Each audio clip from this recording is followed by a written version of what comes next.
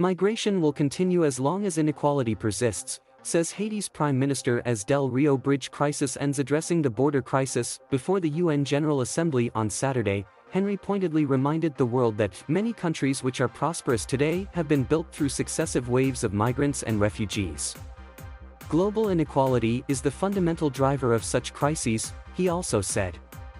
The problem of migrants must remind us that human beings, fathers and mothers, will always flee misery and conflict and strive to offer better living conditions to their children, he said. Migrations will continue as long as there are pockets of wealth on the planet, while the majority of the world population lives in precarity. For many Haitian migrants, this past week was only one more hardship in a series that had begun months and even years ago. Some of those who made their way to Del Rio had originally fled Haiti after the catastrophic 2010 earthquake, and worked in South America for years, supporting families back home with their earnings. But racism, tightening immigration laws, and the economic fallout of the pandemic have forced Haitians in countries like Chile and Brazil to look for something new, say migrants and advocacy groups. Those pressures have not gone away, which raises the prospect of future crushes of migrants at the U.S. border. Chiny Delice, a Haitian migrant activist who lives in Valparaiso, Chile, says the recent passage of a new immigration law has made it difficult for undocumented migrants to regularize their status and to access education, housing, and health services. What we know is that if have a very uncertain journey, nothing here is certain, either, he said.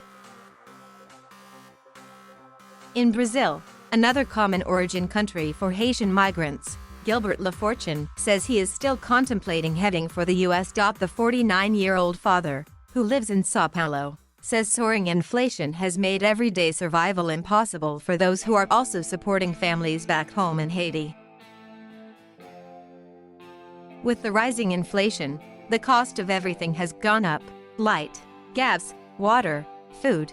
The minimum wage in Brazil is 1,100 reais, so you can't pay rent, food, and also help your family, he said.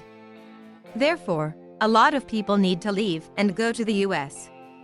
Concerns over speed. UN High Commissioner for Refugees Filippo Grandi earlier this week slammed the expulsion of some migrants under Title 42, a Trump-era policy that allows border officials to quickly expel migrants as a pandemic public health precaution. The policy was ruled illegal by a judge but remains in effect until the end of the month. The summary: mass expulsions of individuals currently underway under the Title 42 authority, without screening for protection needs, is inconsistent with international norms and may constitute refoulement, Grandi said, referencing a principle in international law that forbids returning migrants to countries where they would face irreparable harm. Haiti is racked with an epidemic of violent crime, political turmoil, and devastation from a recent earthquake. Large swathes of its capital city, Port-au-Prince, are controlled by gangs, who operate sprawling kidnapping-for-profit operations. Shocking images. Haiti Foreign Minister Claude Joseph traveled to New York on Thursday, meeting with U.S. State Department officials ahead of his country's appearance at the UN General Assembly. At the top of the agenda was recent footage of American Border Patrol officers on horseback raising whips toward migrants earlier this week, Joseph said. Shocking images. We expressed our concerns about the mistreatment of Haitian migrants. They deserve better treatment, and we are very appreciative to the American people who have spoken up, he also said. Mayorkas on Friday told press that he recognized the images painfully conjured up the worst elements of our nation's ongoing battle against systemic racism and insisted that they do not reflect who we are. The officers involved are no longer with migrants, and an investigation into the incident is ongoing, he also said.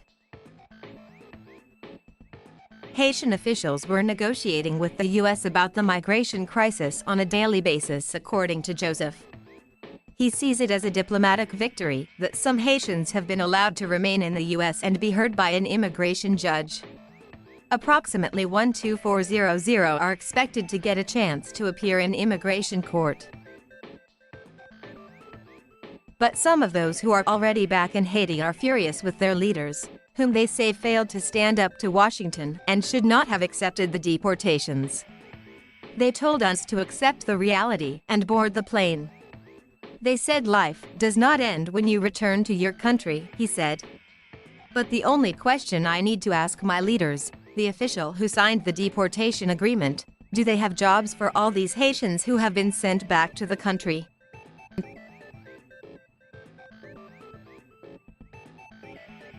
Thank you for watching. Please subscribe.